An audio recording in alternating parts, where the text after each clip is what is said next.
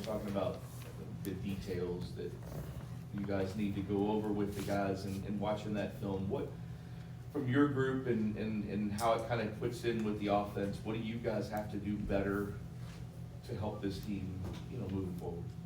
I think we all have to self-examine.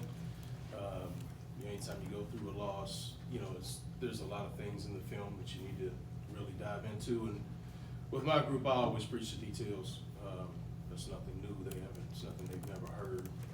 We just want to try to be more detailed in the passing game as far as our eyes in protection, being able to match body on body when we are seeing pressures, to give our quarterback a chance to make sound decisions with the football, have the room to operate, and feel confident in the pocket.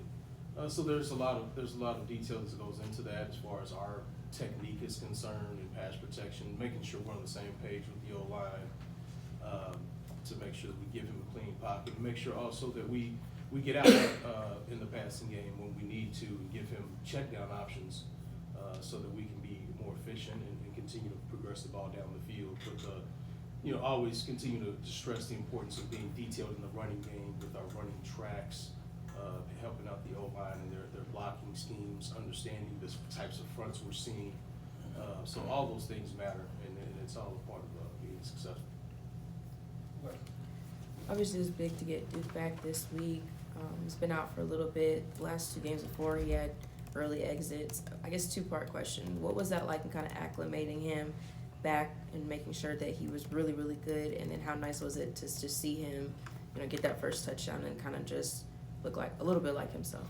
Yeah, it was great to get Duke back. I know as we were going through it yesterday, some of the mistakes and correcting some of the mistakes in the walkthrough, I know that Miller Moss, he made a point to come to me and say, Coach, I miss Duke. It's good to have him back around. He's a great teammate. Even when he was out, he was still very locked into it on the sideline, and just using that time to really lock in and really understand the game from ways that he maybe hasn't studied it before. But I challenged him on in those areas where, as much as you want to be out there while you're dealing with what you're dealing with, it's important that you continue to grow in this time and watch and study the game and understand how other people have success and how do you have success and how can you translate that to your game. And so that was great having him back. He gives us a jolt of energy that we really, I think it's infectious for the offense. He's a relentless runner. His legs never die until he's all the way on the ground, and that's something it's a great attribute that he has. He has great vision, and he's a courageous runner. He might not be the biggest guy on the block, but he runs strong. And I know for him it's been a challenging season because he's kind of been in and out a little bit, just hampered by injuries. So I definitely wanted to get him some work, and I wanted to win the game, obviously, but I was really wanting to come out of the game with him being healthy. And I think that was great for him. He's in a really good headspace right now. So we're excited about where he is and what Keywan Brown is doing as well. A few weeks ago, you were in here and you called Keywan your security blanket. I'm wondering if the other night you were feeling warm and cozy. Yeah, absolutely. I told you guys before the season, I feel like I have 3 starters, and I've never wavered from that. I believe that, and I think that you guys are starting to see that. And he's just one of those guys that needed opportunity. And he was behind 2 shooting stars in Duke and Isaac. And in his first year was Isaac Arendo and Jawar Jordan. So he's kind of just been, like I told him, kind of stuck in the back seat for a couple of years. And now, for one reason or another, he's had a chance to get his opportunity, and I think he's taking full advantage of it. He just has a light in his eye right now. I've known the kid since he was a junior in high school, and I've seen him operate against some great competition in the greater Atlanta area. So I had full faith in what the kid could do. It's just a matter of him getting the opportunity, and now he's gotten it, and I think he's chomping at the bit. He's excited about what's going on right now.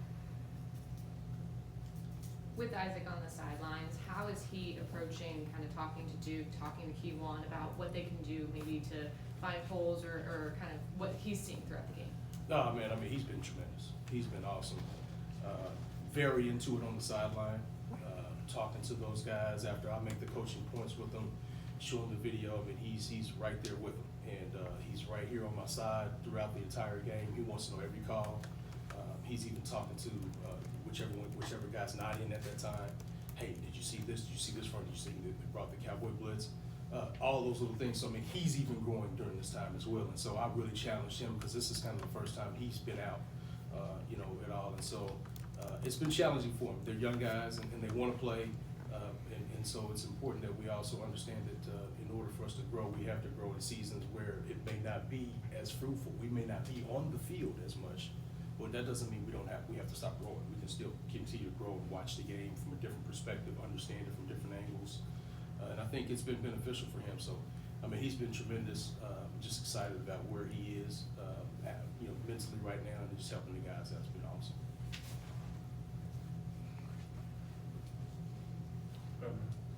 When you look at Clemson, what do you see from their defense, especially obviously against the rush? I mean, tremendous talent. Like every year, I mean, Dabo and that staff have done a great job recruiting and acquiring talent. The front is very challenging. They've got two of the better defensive linemen, I think, in the country.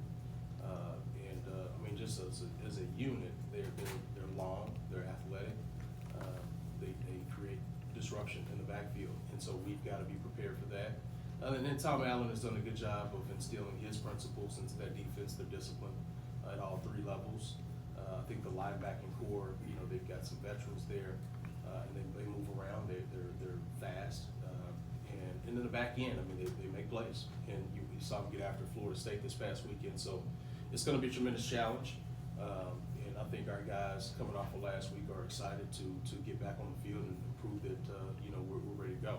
And it'll be a great challenge for us, but one that we've been looking forward to, and one that we definitely have a lot of respect for this opponent.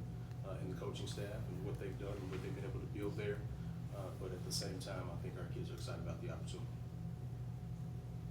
Anything else, Chris? All right, Coach.